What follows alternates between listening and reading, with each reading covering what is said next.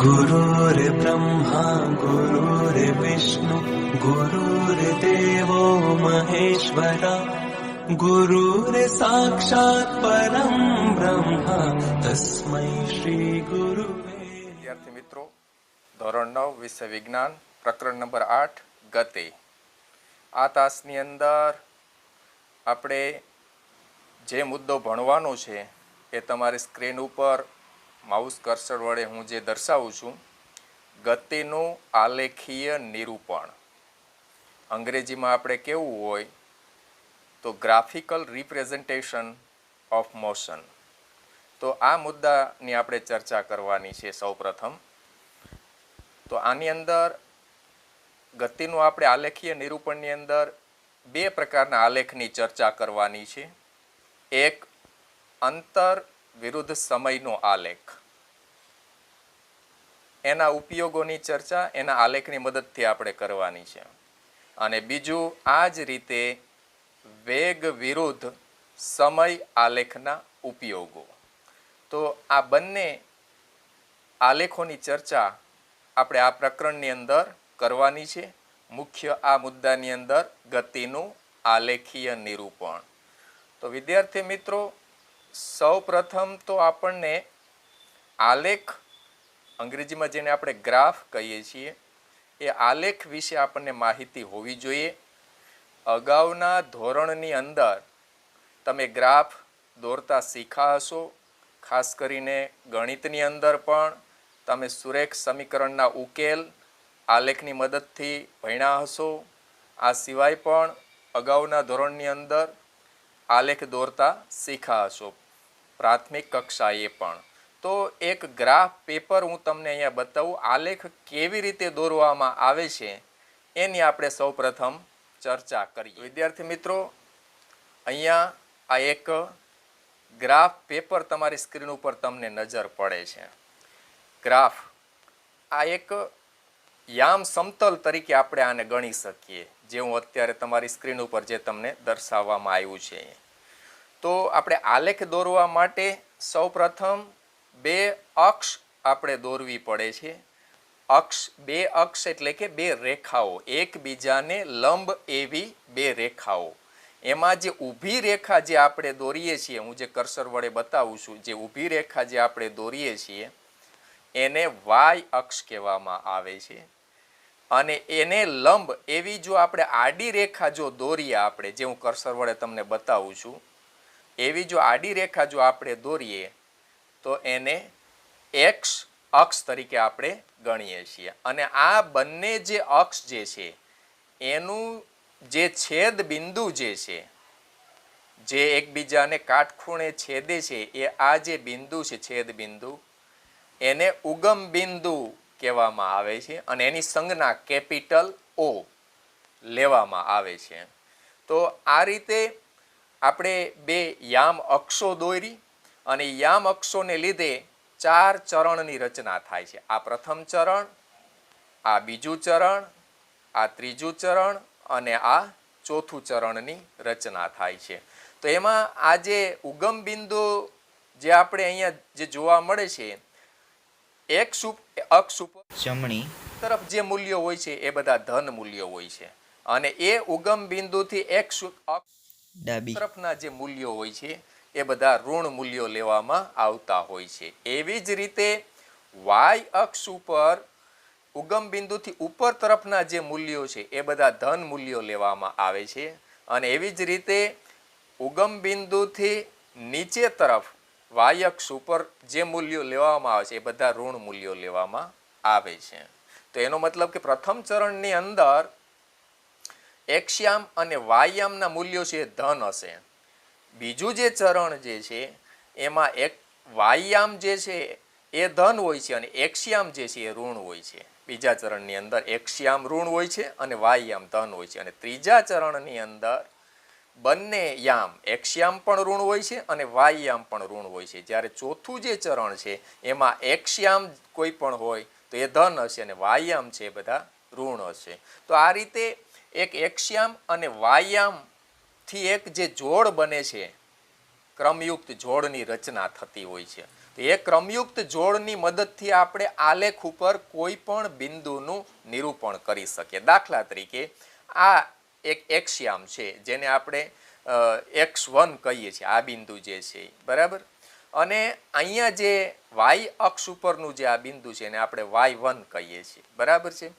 તો x1 યામને અનુરૂપ y અક્ષ ઉપરનું જે યામ બિંદુ છે y1 થશે. તો x1 y1 x યામ પહેલા લખવામાં આવે, y યામ પછી લખવામાં આવે કૌંસની અંદર, તો એ x1 y1 ક્રમયુક્ત જોડ બની.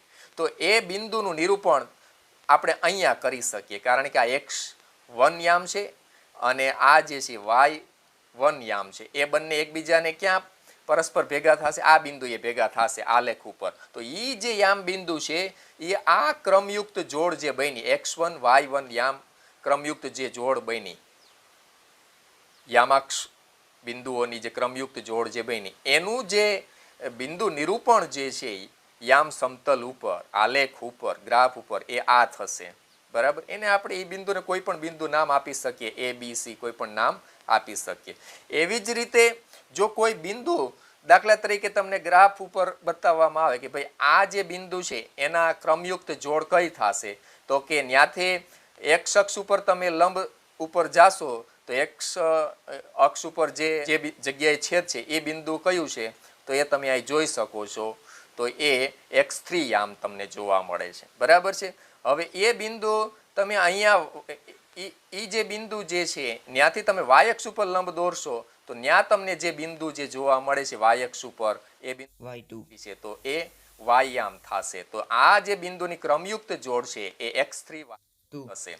તો આ રીતે આલેખ કેવી રીતે દોરવો એના માટેની આપણે ક્રમયુક્ત જોડની વાત કરી અને એના ઉપરથી આપણે યામ બિંદુ કેવી રીતે નિરૂપણ કરી શકીએ આલેખ ઉપર એની વાત કરી. હવે વિદ્યાર્થી મિત્રો, કોઈ પણ બે ભૌતિક રાશિઓ કે જે એ બંને વચ્ચેનો જે સંબંધ છે આલેખ ઉપર આપણે દર્શાવવાનો હોય છે, તો એમાં કઈ રાશિ આપણે કઈ અક્ષ ઉપર લેવી જોઈએ? તો કે જે સ્વતંત્ર રાશિ છે એ x અક્ષ ઉપર લેવામાં આવે છે અને પરતંત્ર રાશિ છે એ y અક્ષ ઉપર લેવામાં આવે છે. તો વિદ્યાર્થી મિત્રો, આપણને હવે એ પ્રશ્ન થાય કે ભાઈ સ્વતંત્ર રાશિ કોને કહેવી અને પરતંત્ર રાશિ કોને કહેવી? તો કે આ બંને રાશિઓ, જે બંને રાશિઓનો સંબંધ આપણે આલેખ ઉપર બતાવવાનો છે, એમાં જે રાશિ અન્ય રાશિ ઉપર આધારિત હોય એ પરતંત્ર રાશિ થશે અને જે રાશિ બીજી રાશિ ઉપર આધારિત નથી એ સ્વતંત્ર રાશિ થશે. આ રીતે આપણે એ નક્કી કરી શકીએ. દાખલા તરીકે વિદ્યાર્થી મિત્રો, તમે ક્રિકેટ મેચ મોટા ભાગે જોતા હશો અને એ જ્યારે ક્રિકેટ મેચનો સ્કોર બોર્ડ જે છે એ આલેખ રૂપે આપણને જોવા મળે છે. એમાં તમને ખ્યાલ હોય તો રન પ્રતિ ઓવરનો જે આલેખ છે એનો એક તમને અહીંયા હું બતાવું છું. રન પ્રતિ આલેખનું ચિત્ર હું તમને બતાવું. તો અહીંયા જે તમને આ જે આલેખ જે જોવા મળે છે, તો વિદ્યાર્થી મિત્રો અહીંયા આ જે છે એ x અક્ષ છે અને x અક્ષ ઉપર તમને ઓવર બતાવી છે. જો આ 5 ઓવર, આ 10 ઓવર, આ 15 ઓવર, આ 20 ઓવર, આ 20 ઓવરના મેચ 20-20 મેચનો સ્કોરબોર્ડ છે. તો એમાં x અક્ષ ઉપર છે ઓવર બતાવવામાં આવી છે અને જે y અક્ષ ઉપર જે છે તમે વિદ્યાર્થી મિત્રો અહીંયા જે આ સંખ્યા બતાવી છે, આ 2, 4, 6, 8, 10, 12, 14 એ બધા રન બતાવવામાં આવ્યા છે. તો આના ઉપરથી તમે એ સમજી શકશો કે ઓવર છે એ રન ઉપર આધારિત નથી, રન છે એ ઓવર ઉપર આધારિત છે. કારણ કે ઓવર થશે તો રન થશે, એટલે રન છે એ y અક્ષ ઉપર દર્શાવવામાં આવી કારણ કે એ પરતંત્ર થશે અને ઓવર છે એ સ્વતંત્ર થશે એટલે એને x અક્ષ ઉપર દર્શાવવામાં આવી છે. તો અહીંયા આ જે ગ્રાફ જે છે એક સ્કોરબોર્ડ જે બતાવે છે મુંબઈ ઇન્ડિયન્સનો કોઈ એક સ્કોરબોર્ડ કે જે 19.6 ઓવરમાં ઓલ આઉટ થઈ ગયેલી, 148 રન છે. પહેલી આ ઓવર છે એની અંદર તમે જુઓ કેટલા રન થયા છે. આ પહેલી ઓવર છે, ભલે અહીંયા આંક દર્શાવ્યો નથી પણ હવે આપણે સમજી શકીએ આ પહેલી ઓવર, આ બીજી, આ ત્રીજી, આ ચોથી ને આ પાંચમી ઓવર. તો પહેલી ઓવરમાં 8 રન કરેલા છે. ચાલો હવે તમે કહી શકો કે બીજી ઓવરમાં કેટલા રન કરેલા છે? તો કે બીજી ઓવરમાં અહીં સુધી છે તો ત્યાંથી y અક્ષ ઉપર તમે જાઓ તો ત્યાં 3 આવશે. તો અહીંયા 2 અને 4 ની વચ્ચેનો આ ગેપ છે એટલે 3, તો 3 રન બીજી ઓવરમાં 3 રન. આ રીતે તમે આ આલેખની મદદથી એ સરળતાથી સમજી શકો કે કઈ ઓવરમાં કેટલા રન થયા છે. આવો જ એક બીજો એક અહીંયા પણ તમે જોઈ શકો છો એક ઓસ્ટ્રેલિયા ઇન્ડિયાનો મેચ જે છે બરાબર. અહીંયા તમે જોઈ શકો છો કે ઓવર છે, અહીંયા પણ તમે જુઓ કે એક્સ અક્ષ ઉપર બતાવેલ છે 10 ઓવર, 20 ઓવર, 30 ઓવર, 40 ઓવર. કારણ કે ઓવર છે એ સ્વતંત્ર થશે ને રન છે એ પરતંત્ર છે, અને પરતંત્ર રાશિ છે એ વાય એક્સ ઉપર બતાવેલ છે. આ વાય એક્સ ઉપર જો 50 રન, 100 રન, 150, 200, 250, 300 રન આ રીતનો. તો અહીંયા તમે જુઓ આ બ્લુ લાઇન છે ઇન્ડિયાનો આલેખ છે, રન પ્રતિ ઓવરનો આલેખ, અને આ જે લીલા કલરની જે લાઇન છે એ ઓસ્ટ્રેલિયાનો રન પ્રતિ ઓવરનો આલેખ તમને દર્શાવે છે. એમાં જે લાલ ટપકા છે એ વિકેટ જે ઓવરમાં વિકેટ ગઈ હોય એ તમને બતાવે છે. તો આ આલેખથી તમે પરિચિત છો. તો આના ઉપરથી તમને ગ્રાફિકલ પ્રેઝન્ટેશન, ગ્રાફ રૂપે જ્યારે કોઈ પણ રાશિઓને આપણે દર્શાવીએ તો બહુ સરળતાથી આપણે એનો અભ્યાસ કરી શકીએ. એટલા માટે એનું ગ્રાફિકલ નિરૂપણ જે છે, આલેખીય નિરૂપણ છે કરવામાં આવતું હોય છે. તો આપણે આ જ રીતે આ પાઠની અંદર અંતર અને સમયના આલેખ સૌથી પહેલાથી કોણ સ્વતંત્ર અને કોણ પરતંત્ર એ આપણે પહેલા તો સમજી લઈએ. તો તમે આ રીતે એની કલ્પના કરી શકો, ભાઈ સમય ઉપર અંતર આધારિત છે કે અંતર સમય ઉપર આધારિત છે. એટલે આ બંને આ રીતે તમે સંબંધ સમજી શકો તો કે તમને એ ખ્યાલ આવશે કે ભાઈ અંતર છે સમય ઉપર આધારિત છે, સમય છે અંતર ઉપર આધારિત નથી. એટલે સમય છે એ સ્વતંત્ર રાશિ થઈ એટલે સમયને એક્સ અક્ષ ઉપર લેવામાં આવશે, અને અંતર જે છે એ પરતંત્ર રાશિ થઈ એટલે એને વાય અક્ષ ઉપર લેવામાં આવશે. બરાબર. હવે અંતર અને સમયના જે અવલોકનો જે છે એ આપણે સુરેખ ગતિનો અભ્યાસ કરીએ છીએ. અંતર હંમેશા પ્લસ જ હોય, કપાયેલું અંતર હંમેશા ધન જ હોય, અને સમય પણ જેમ જેમ સમય પસાર થતો જાય એમ સમયના મૂલ્યો પણ પ્લસ જ હોય. એટલે આપણે પ્રથમ ચરણમાં જ આ બંને રાશિના મૂલ્યો આપણે બિંદુ નિરૂપણ કરવાનું આવશે. એટલે આલેખ જે છે એમાં આપણે બાકીના ચરણ દર્શાવશું નહીં, પહેલું ચરણ જ દર્શાવશું. એટલે આપણે વાય અક્ષ અહીંયા દોરશું અને એક્સ અક્ષ જે છે અહીંયા દોરશું, અને પરિણામે અંતર અને સમયનો આલેખ માટે આપણે અંતર રાશિને નીચે બતાવશું, અને સમય જે રાશિ છે એને આપણે એક્સ અક્ષ ઉપર, અને અંતર જે રાશિ છે એને આપણે વાય અક્ષ ઉપર દર્શાવીએ. આ રીતે આપણે આલેખની રચના કરી અને હવે આપણે અંતર અને સમય આલેખ જે છે એના ઉપર આપણે અંતર વિરુદ્ધ સમય આલેખનો અભ્યાસ કરવો છે. એના માટે એક ઉદાહરણ આપણને અહીંયા તમને સ્ક્રીન ઉપર જે જોવા મળે છે એના આધારે આપણે એ ગતિમાન પદાર્થનો અંતર વિરુદ્ધ સમયનો આલેખ દોરશું, અને એના આધારે આપણે એ તારણ ઉપર આવશું, એક તારણ આપણે નક્કી કરશું. તો હવે આલેખ દોરશું આપણે સૌપ્રથમ. તો અહીંયા ગતિમાન પદાર્થના અવલોકનો તમને આપેલા છે. અંતર છે 1 કિલોમીટર એકમમાં આપેલ છે. એમાં પહેલું અવલોકન 5 કિલોમીટર, બીજું 5 કિલોમીટર, ત્રીજું 5 કિલોમીટર, ચોથું 5 કિલોમીટર, અને સમય છે એ મિનિટ એકમની અંદર આપેલો છે. એમાં પહેલું અવલોકન છે એ 8 વાગ્યાનો સમય છે એક્ઝેક્ટ, બીજું અવલોકન 8 અને 5 મિનિટ, 8 કલાક ને 5 મિનિટનું છે, ત્રીજું અવલોકન 8 કલાક ને 10 મિનિટનું છે, અને ચોથું અવલોકન જે છે એ 8 કલાક અને 15 મિનિટનું છે. તો આ પ્રમાણેના અવલોકનો આપણને અહીંયા કોઈ એક ગતિ કરતા પદાર્થના જોવા મળે છે. વ્યવહારિક ઉદાહરણ રૂપે આને સમજવું હોય તો દાખલા તરીકે ગતિ કરતો પદાર્થ કોઈ બસ છે, અને એ 8 વાગ્યે ઘુસિયા ગામથી 5 કિલોમીટર અંતરે એટલે કે તાલાળા બસ સ્ટેશને એ રહેલ છે. કારણ કે ઘુસિયાથી તાલાળા બસ સ્ટેશન ધારો કે 5 કિલોમીટરનું અંતર છે, તો 8 વાગ્યે ઘુસિયા ગામથી તાલાળા બસ સ્ટેશને બસ ઉભેલી છે. ગતિમાન પદાર્થ તરીકે આપણે અહીંયા બસ ઉદાહરણ તરીકે લીધો. તો 8 ને 5 પણ એ 5 કિલોમીટર અંતરે જ છે, એટલે 5 મિનિટ પછી પણ હજી એ બસ સ્ટેન્ડ જ છે, અને 8 ને 10 પણ એ બસ સ્ટેન્ડ જ છે, 5 કિલોમીટર અંતરે જ છે. 8 ને 15 પણ 5 કિલોમીટર અંતરે જ છે.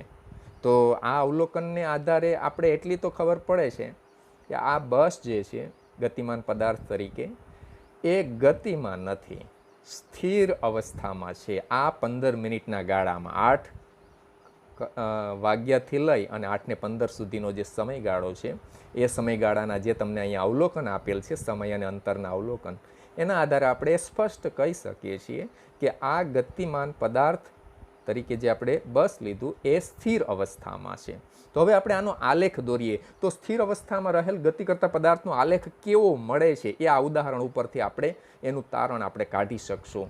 તો અહીંયા સૌથી પહેલાં આપણે આલેખ દોરવા માટે આ બંને ભૌતિક રાશિઓ જે છે એને અનુરૂપ આપણે આલેખ દોરવા માટે બંને અક્ષોને દોરશું. તો સૌ પ્રથમ આપણે તો આ વાય અક્ષ આ રીતે આપણે દોરશું, એક ઊભી રેખા. ઓકે, ત્યારબાદ એક્સ અક્ષ જે છે એ આપણે આ રીતે દોરશું, આડી રેખા. બરાબર છે, આ રીતે આડી રેખા આપણે એક્સ અક્ષ દોરશું. ત્યાર પછી તો અહીંયા આ ઉગમ બિંદુ છે. આ જે પહેલું અવલોકન અહીંયા આપણે લખશું, અહીંયા 1 કિલોમીટર લખશું, અહીંયા બીજું અવલોકન 2 કિલોમીટર, અહીં ત્રીજું 3 કિલોમીટર, અહીં ચોથું 4 કિલોમીટર અને અહીંયા 5 કિલોમીટર અવલોકન. આ રીતે આપણે લેશું. બરાબર. અને એક્સ અક્ષ ઉપર આપણે જે અવલોકન લેશું એમાં પહેલું અવલોકન આપણે અહીંયા લેશું 8 કલાક, બીજું અવલોકન આપણે અહીંયા લેશું 8 ને 5 મિનિટનો સમય, આ ત્રીજું અવલોકન આપણે અહીંયા લેશું 8 ને 10 મિનિટનો સમય, ને આ ચોથું અવલોકન અહીંયા લેશું આપણે 8 ને 15 મિનિટનો સમય. તો આ રીતે અવલોકનો આપણે બંને અક્ષ ઉપર એ વાય અક્ષ ઉપર અંતર રાશિના અવલોકનો મૂલ્યો આપણે દર્શાવી દીધા અને એક્સ અક્ષ ઉપર આપણે સમય રાશિના મૂલ્યો છે એ હવે આપણે દર્શાવી દીધા. તો હવે આપણે અહીંયા જે આ ક્રમયુક્ત જોડ જે છે આ બંને રાશિઓને, તો એમાં ક્રમયુક્ત જોડ, પહેલી ક્રમયુક્ત જોડ કઈ થશે તો કે આ પહેલી સમય 8 કલાકે અંતર કેટલું છે તો કે 5 કિલોમીટર અંતર, 8 કલાકે 5 કિલોમીટર અંતર. તો આ ક્રમયુક્ત જોડ જે બની એના માટેનું જે બિંદુ નિરૂપણ છે આપણે આલેખ ઉપર કરવાનું છે. બરાબર છે. તો અહીંયા 8 કલાકનો જે સમય છે એ અહીંયા તમને આપેલો છે અને 5 કિલોમીટરનો સમય તમને ક્યાં આપેલો છે? અહીંયા 5 કિલોમીટરનો સમય છે. જો આ 1 કિલોમીટર, બીજું, ત્રીજું, ચોથું ને આ 5 કિલોમીટર.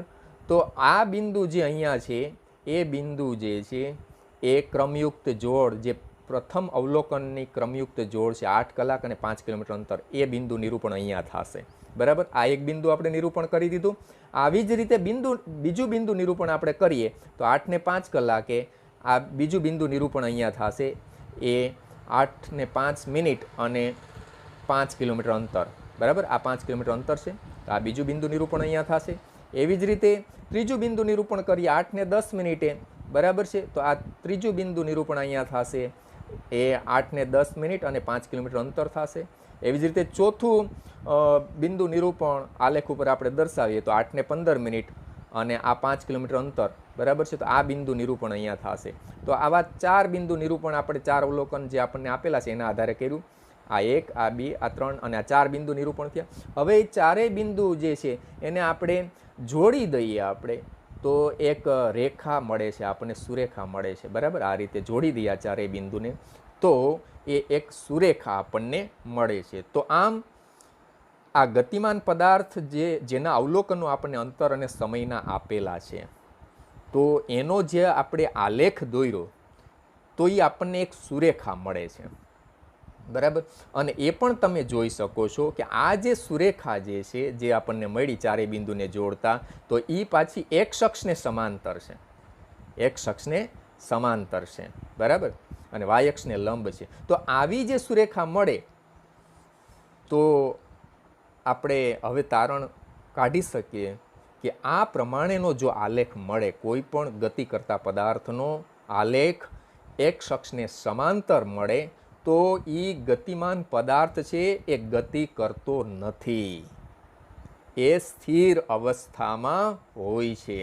આ પ્રમાણે આપણે તારણ કાઢી શકીએ. તો આવી રીતે હવે કોઈ પણ ગતિમાન પદાર્થનો તમને અંતર્વિરુદ્ધ સમયનો આલેખ તમને સીધો દર્શાવી દેવામાં આવે, આવા અવલોકન તમને ન આપેલા હોય અને સીધો આલેખ તમને રજૂ કરવામાં આવે અને જો એ આલેખમાં એક સુરેખા હોય અને એ એક અક્ષને સમાંતર હોય, અંતર વિરુદ્ધ સમયનો આલેખ એક સુરેખા અને એક અક્ષને સમાંતર હોય તો એ આલેખ ઉપરથી સ્પષ્ટ અને સીધું આપણે કહી શકીએ કે આ જે ગતિ કરતા પદાર્થનો આલેખ છે એ ગતિ કરતો નથી, એ સ્થિર અવસ્થામાં હોય છે. આ રીતે આપણે તારણ છે. વિદ્યાર્થી મિત્રો, એક અન્ય ઉદાહરણ તમારી સ્ક્રીન ઉપર તમને જોવા મળે છે જેનો પણ આપણે અંતર્વિરુદ્ધ સમયનો આલેખ દોરવાનો છે. તો ગતિમાન પદાર્થના જે અવલોકનો તમને અહીંયા આપેલ છે એમાં સમય તમને સેકન્ડમાં આપેલો છે, ક્રમિક 0 second, 1 second, 2 second, 3 second, 4 second,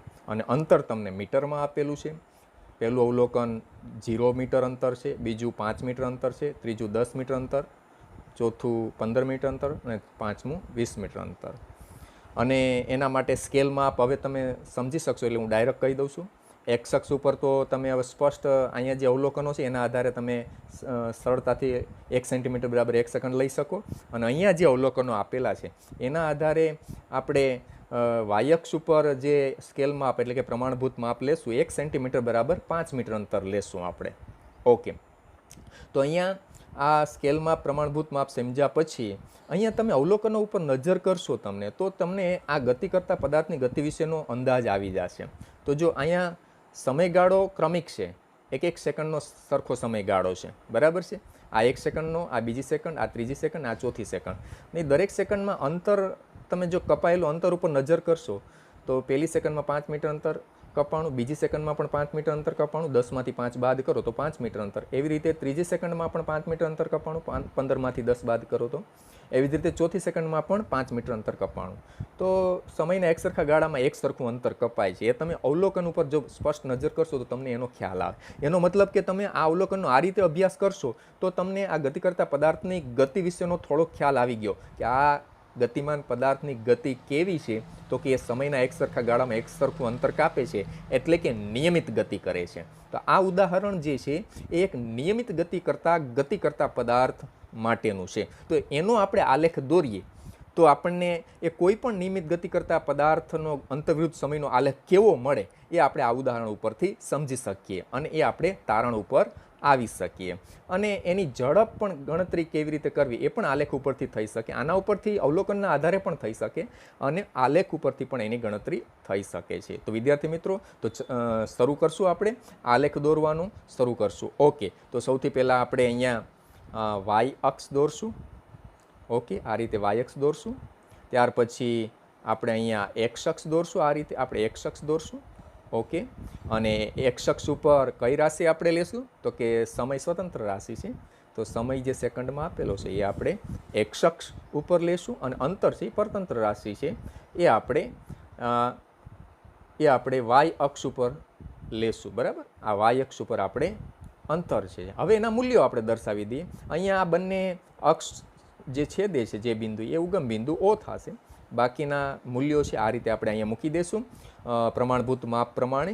અહીંયા 1 સેકન્ડ, અહીંયા 2 સેકન્ડ, અહીંયા 3 સેકન્ડ, અહીંયા 4 સેકન્ડ, આ રીતે આપણે આ મૂલ્યો મૂકી દીધા.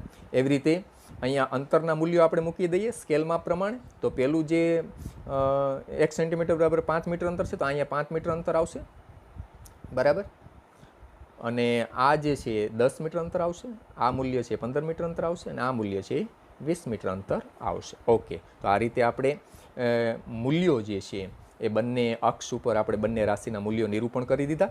હવે ક્રમયુક્ત જોડ જે છે અવલોકનોની એના આધારે બિંદુ નિરૂપણ આપણે કરીએ. તો પહેલું અવલોકન જે છે એ ક્રમયુક્ત જોડ છે 0 સેકન્ડ 0 મીટર. તો એ બિંદુ ક્યાં નિરૂપિત થશે તો એક્ઝેક્ટ ઉગમ બિંદુ ઉપર એ બિંદુ નિરૂપિત થશે. બરાબર છે, તો અહીંયા આપણે રાઉન્ડ કરી દઈએ. ઓકે, આ રીતે તો આ બિંદુ નિરૂપણ થઈ ગયું અહીંયા. ઓકે, ત્યાર પછી બીજું ક્રમયુક્ત જોડ જે છે એને આપણે આલેખ ઉપર બિંદુ નિરૂપિત કરીએ. તો સમય 1 સેકન્ડ અને અંતર છે 5 મીટર. 1 સેકન્ડ 5 મીટર અંતર આ ક્રમયુક્ત જોડ આપણે નિરૂપિત કરવી છે. તો આ 1 સેકન્ડ અવલોકન છે અને આ 5 મીટર અંતર છે. તો એ બંને અહીંયા બિંદુ નિરૂપણ થશે ક્રમયુક્ત જોડ તરીકે અહીંયા નિરૂપિત થશે. તો આ બિંદુ નિરૂપણ થઈ ગયું. આ બીજું બિંદુ નિરૂપણ થઈ ગયું ક્રમયુક્ત જોડ 1 સેકન્ડ અને 5 મીટર અંતર માટે. એવી જ રીતે આ ત્રીજી જે ક્રમયુક્ત જોડ જે છે 2 સેકન્ડ અને 10 મીટર અંતર માટે એ બિંદુ આપણે આલેખ ઉપર નિરૂપણ કરીએ. તો આ 2 સેકન્ડ છે અને આ 10 મીટર અંતર છે. જો આ 10 મીટર અંતર છે તો એ બિંદુ નિરૂપણ અહીંયા થશે આલેખ ઉપર. બરાબર, તો આપણને ત્રીજું બિંદુ નિરૂપણ કર્યું. એવી જ રીતે ત્રીજી જે ક્રમયુક્ત જોડ છે 3 સેકન્ડ ને 15 મીટર અંતર. તો એ ક્રમયુક્ત જોડ જે છે આ ત્રીજી સેકન્ડ છે. બરાબર છે, અને આ અહીંયા તમે જોશો તો આ 15 મીટર અંતર છે. તો આ જે બિંદુ નિરૂપણ જે છે આ બિંદુ નિરૂપણ આપણને અહીંયા જોવા મળશે, બરાબર છે. આ ચોથું બિંદુ નિરૂપણ જોવા મળશે 3 સેકન્ડ અને 15 મીટર અંતર માટે. એવી જ રીતે ચોથું બિંદુ નિરૂપણ જે છે આપણને આ ક્રમયુક્ત જોડ માટે આપણે દર્શાવવું છે 4 સેકન્ડ અને 20 મીટર અંતર માટે. તો આ જે છે એ 4 સેકન્ડ છે, બરાબર છે. તો એના માટે આપણે અંતર 20 મીટર અંતર છે, તો આ 5 મીટર, આ 10 મીટર, 15 ને આ 20 મીટર અંતર જો અહીંયા તમે જોઈ શકો છો, આ 20 મીટર અંતર છે. તો અહીંયા આ બિંદુ નિરૂપણ છે એ આપણે કરી શકીએ. તો આ રીતે ચોથું આપણે યામ બિંદુ નિરૂપણ છે એ કરી દીધું. તો આ બધા જે બિંદુઓ છે એને આપણે જોડી દઈએ હવે, બરાબર છે. આ બધા 5 બિંદુને જોડી દઈએ તો તમે જોઈ શકો છો કે એક સુરેખા આપણને મળે છે. ઉગમ બિંદુમાંથી પસાર થતી એક સીધી રેખા મળે છે. તો આના ઉપરથી આપણને એટલો ખ્યાલ આવ્યો કે નિયમિત ગતિ કરતો કોઈ પણ પદાર્થ હોય અને એના જો અંતર અને સમયના અવલોકનો ઉપરથી એનો આલેખ દોરવામાં આવે તો એ ઉગમ બિંદુમાંથી પસાર થતી એક સુરેખા મળે છે, બરાબર. એક સીધી રેખા મળે જે એક અક્ષને સમાંતર હોતી નથી, બરાબર છે. અને આવો જો આલેખ મળે તો આપણે એ ગતિ કરતા પદાર્થની ગતિ વિશે આપણે કહી શકીએ કે એ નિયમિત ગતિ કરે છે. આ તારણ આપણે કાઢી શકીએ. તો હવે આપણે આ ગતિ કરતા પદાર્થનો આલેખ ઉપરથી ઢાળ પણ આપણે શોધી શકીએ. તો આ જે એક સુરેખા આપણને મળી ઉગમ બિંદુમાંથી પસાર થતી સુરેખા, બરાબર છે. તો ઢાળ કેવી રીતે મળે? આલેખનો ઢાળ, તો કે ઢાળ બરાબર વાય અક્ષ, ઢાળ બરાબર વાય અક્ષ છેદમાં એક્સ અક્ષ, બરાબર છે. તો ઢાળ બરાબર વાય અક્ષ ઉપર શું છે? તો કે અંતર, અને છેદમાં એક્સ અક્ષ ઉપર શું છે? તો કે સમય. તો અંતર ભાગ્યા સમય થયો. તો ઢાળ જે છે એ શું મળ્યું? અંતર ભાગ્યા સમયને આપણે શું કહીએ છીએ? ઝડપ કહીએ છીએ. તો ઝડપ બરાબર અંતર ભાગ્યા સમય. તો કોઈ પણ એક માપ તમે અંતરનું લઈ લ્યો અને કોઈ પણ એક માપ તમે સમયનું લઈ લ્યો. એ મૂલ્યો આપણે અહીંયા મૂકીએ કિંમતમાં, બરાબર છે. દાખલા તરીકે ટોટલ માપ આપણે લેવું હોય તો અહીંયા આ 4 સેકન્ડ અને 20 મીટર અંતર. તો 20 ભાગ્યા અહીંયા 20 મીટર અંતર અંશમાં રહેશે અને છેદમાં સમય 4 સેકન્ડ. તો 20 ભાગ્યા 4 બરાબર 5 મીટર પ્રતિ સેકન્ડ. આ રીતે આપણે આલેખનો ઢાળ ઉપરથી આપણે આ ગતિમાન પદાર્થની ઝડપ આલેખ ઉપરથી ગણતરી કરી શકીએ. અવલોકનો જે આપેલા હોય એના આધારે તો કરી જ શકાય, પણ માત્ર જો તમને આલેખ સીધો તમારી સમક્ષ રજૂ કરવામાં આવે, અવલોકનો આપેલા ન હોય, તો એના આધારે પણ તમે ઝડપની ગણતરી કરી શકો છો. એક અન્ય ઉદાહરણ આપણે જોઈએ વિદ્યાર્થી મિત્રો. અહીંયા ગતિ કરતા પદાર્થના અવલોકનો તમને આપેલા છે, અંતર અને સમયના અવલોકનો તમને આપેલા છે, અને એના આધારે તમને પ્રમાણભૂત માપ, સ્કેલ માપ બંને અક્ષ ઉપર શું લેવામાં આવે છે એ આપણને અહીંયા આપેલું છે. તો અહીંયા 0 સેકન્ડે 0 મીટર અંતર કાપેલું છે, અને 1 સેકન્ડ પછી 2 મીટર અંતર કાપેલું છે, 2 સેકન્ડ પછી ટોટલ 8 મીટર અંતર કાપેલું છે, 3 સેકન્ડના અંતે 18 મીટર અંતર કાપેલું છે, અને 4 સેકન્ડના અંતે 32 મીટર અંતર કાપેલું છે. આ અવલોકનો છે અને એના આધારે તમને સ્કેલ માપ આપેલું છે. એક્સ અક્ષ ઉપર 1 સેન્ટીમીટર બરાબર 1 સેકન્ડ અને વાય અક્ષ ઉપર 1 સેન્ટીમીટર બરાબર 5 મીટર અંતર. ઓકે, તો હવે તમે વિદ્યાર્થી મિત્રો અહીંયા જે ગતિમાન પદાર્થના જે અવલોકનો તમને સમય અને અંતરના આપેલા છે એના આધારે તમે અવલોકનને આધારે પણ આની ગતિ વિશેનો ખ્યાલ તમે મેળવી શકશો. કેવી રીતે? તો કે દરેક સેકન્ડે આના વેગના મૂલ્યો તમે જો નક્કી કરશો તો અહીંયા વેગ એટલે અંતર ભાગ્યા સમય અથવા તો સ્થાનાંતર ભાગ્યા સમય. આપણે સુરેખ ગતિ છે એટલે આપણે ઝડપ કે વેગને સમાન ગણશું, અંતર સ્થાનાંતરને એના મૂલ્યો સમાન ગણશું. તો અહીંયા અંતર 0 છે અને ભાગ્યા સમય પણ 0 એટલે 0 મીટર પ્રતિ સેકન્ડ આવશે. અહીંયા અંતર 2 મીટર છે અને સમય 1 સેકન્ડ છે, તો અહીંયા 2 મીટર પ્રતિ સેકન્ડ થશે, બરાબર. અહીંયા વેગનું મૂલ્ય કેટલું થશે? તો કે 8 ભાગ્યા 2 એટલે 4 મીટર પ્રતિ સેકન્ડ થશે. અહીંયા વેગનું મૂલ્ય કેટલું થશે? તો કે અંતર 18 ભાગ્યા સમય 3, 18 ભાગ્યા 3 એટલે 6 મીટર પ્રતિ સેકન્ડ થશે. અને અહીંયા અંતર 32 મીટર છે અને સમય 4 સેકન્ડ છે, તો અંતર ભાગ્યા સમય એટલે 32 ભાગ્યા 4 તો 8 મીટર પ્રતિ સેકન્ડ થશે. તો તમે વિદ્યાર્થી મિત્રો અહીંયા વેગના મૂલ્યો જે આપણે અહીંયા જોઈએ છીએ તો એમાં તમે નજર કરો તો તમે જોવા મળે છે કે આ જે ગતિ કરતો પદાર્થ છે એના વેગમાં વધારો થાય છે, અને તમને એ પણ જોવા મળે છે કે આ વેગમાં જે વધારો થાય છે એ સમયના એક સરખા ગાળામાં એક સરખો થાય છે. દરેક સેકન્ડે એનો વેગ જે વધે છે એ કેટલો વધે છે વિદ્યાર્થી મિત્રો? તો કે જો 0 માંથી 2 મીટર પ્રતિ સેકન્ડ થયો એટલે 2નો વધારો થયો. પછી બીજી જે 1 સેકન્ડ છે, 1 સેકન્ડથી લઈને 2 સેકન્ડ સુધીમાં, એમાં વેગ કેટલો વધ્યો? તો કે 2 મીટર પ્રતિ સેકન્ડમાંથી 4 મીટર પ્રતિ સેકન્ડ થયો. તો ત્યાં પણ 2નો વધારો થયો, 2 મીટર પ્રતિ સેકન્ડનો વધારો થયો. એવી જ રીતે ત્રીજી સેકન્ડમાં પણ 2 મીટર પ્રતિ સેકન્ડ વેગનો વધારો થયો, અને ચોથી સેકન્ડમાં પણ 6માંથી 8 થયો, એટલે કે 2 મીટર પ્રતિ સેકન્ડનો વધારો થયો. તો આ ગતિ વિશે આપણે શું કહી શકીએ? તમે ભણી ગયા છો એટલે તમને ખ્યાલ હોવો જોઈએ વિદ્યાર્થી મિત્રો, તો કે આ ગતિ કરતો પદાર્થ જે છે એની ગતિ કેવી છે? તો કે એ અચળ પ્રવેગી ગતિ છે.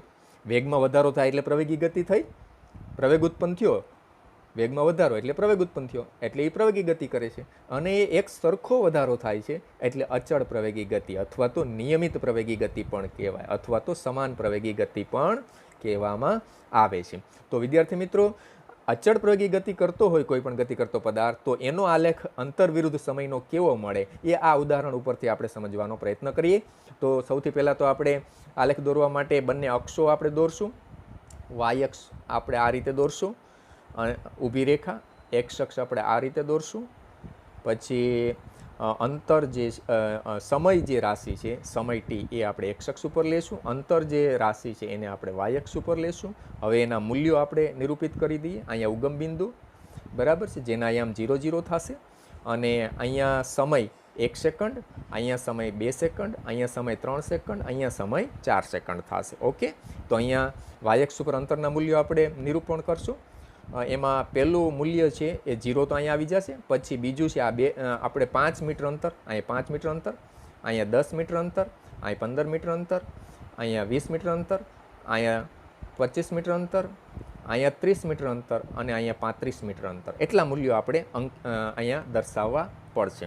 ઓકે, તો હવે જે ક્રમયુક્ત જોડ છે એના આધારે આપણે બિંદુ નિરૂપણ આપણે આલેખ ઉપર કરીએ. તો એમાં પહેલું જે ક્રમયુક્ત જોડ છે 0 સેકન્ડ 0 મીટર, એ તો સીધું ઉગમ બિંદુ ઉપર જ નિરૂપણ થશે વિદ્યાર્થી મિત્રો. ઓકે, બીજું જે અવલોકન જે છે આ 1 સેકન્ડ અને 2 મીટર અંતર. તો વિદ્યાર્થી મિત્રો અહીંયા 1 સેકન્ડ છે, અને અહીંયા તમે જુઓ આ નાના નાના ખાના તમે ગણો, 1 2 3 4 ને 5 થયા. તો એ એક નાનું ખાનું એટલે 1 મીટર અંતર થયું. ઓકે, તો બીજું બિંદુ નિરૂપણ ક્યાં થશે વિદ્યાર્થી મિત્રો? તો કે આ 1 સેકન્ડ અને અહીંયા આ 2 મીટર અંતર થયું. તો આ અહીંયા આપણે આ નિરૂપણ થશે. જો અહીંયા આ બીજું બિંદુ નિરૂપણ થશે. એવી રીતે ત્રીજી જે ક્રમયુક્ત જોડ છે 2 સેકન્ડ અને 8 મીટર અંતર. ઓકે, તો અહીંયા આ 2 સેકન્ડ થઈ અને 8 મીટર અંતર, એટલે જો અહીંયા 5 મીટર થયું, અને 3 ખાના નાના બીજા અહીંયા, તો અહીંયા આ નિરૂપણ થશે વિદ્યાર્થી મિત્રો.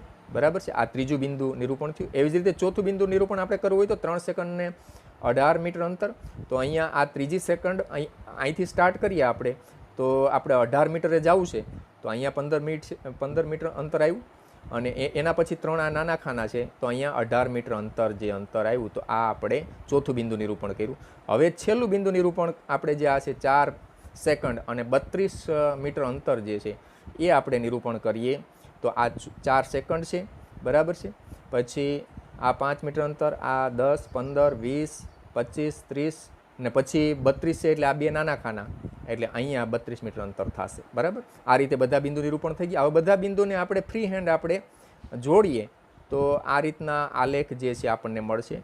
તો તમે વિદ્યાર્થી મિત્રો જોઈ શકો છો આ આલેખ કેવો આપણને મળ્યો છે, તો કે અર્ધ પરવલયાકાર મળ્યો છે. તો આના ઉપરથી આપણે કહી શકીએ કે કોઈ પણ ગતિમાન પદાર્થનો આલેખ જો પરવલયાકાર મળે, અંતર વિરુદ્ધ સમયનો આલેખ જો પરવલયાકાર મળે, તો એ ગતિમાન પદાર્થ જે છે એ કેવા પ્રકારની ગતિ કરે છે? તો કે એ અચળ પ્રવેગી ગતિ કરે છે, એમ આપણે કહી શકીએ છીએ. તો આ રીતે આ તારણ આપણે કાઢી શકીએ. તો આજના તાસની અંદર વિદ્યાર્થી મિત્રો આપણે અંતર અને સમયના આલેખ જે છે એ આપણે ભણ્યા છીએ, અને બહુ સરળ અને સરસ રીતે આપણે અહીંયા આપણે આલેખની અંદર એનું નિરૂપણ કર્યું ઉદાહરણો દ્વારા, અને આપણે સમજ્યા છે. તો આના ઉપરથી એક અનિયમિત ગતિ હોય તો અચળ પ્રયોગી ગતિ એક પ્રકારની અનિયમિત ગતિ જ થઈ, કારણ કે સમયના એકસરખા ગાળામાં એકસરખું અંતર નથી કાપતું, તો એ આ રીતે મળે. બાકી અન્ય કોઈ પ્રકારની અનિયમિત ગતિ હોય તો એ સીધી રેખા નહીં મળે, બરાબર, એ વાંકા ચૂકી રેખા મળશે. એ પણ તમે એક ઉદાહરણ તમે તમારી જાતે એ તમે ડ્રો કરી શકો આલેખ ઉપર. કોઈ પણ એક અવલોકનો લઈ અનિયમિત ગતિ કરતા પદાર્થના અનિયમિત ગતિના અવલોકનો, અને એના આધારે તમે આલેખ દોરજો તમારે હોમવર્કની અંદર, બરાબર. આ રીતે તમે એનો પણ અભ્યાસ કરી શકો. તો નેક્સ્ટ પિરિયડની અંદર આપણે વેગ વિરુદ્ધ સમય આલેખ વિશે ભણશું. ઓકે, તો આજના તાસમાં અહીંયા સુધી આપણે રાખીએ.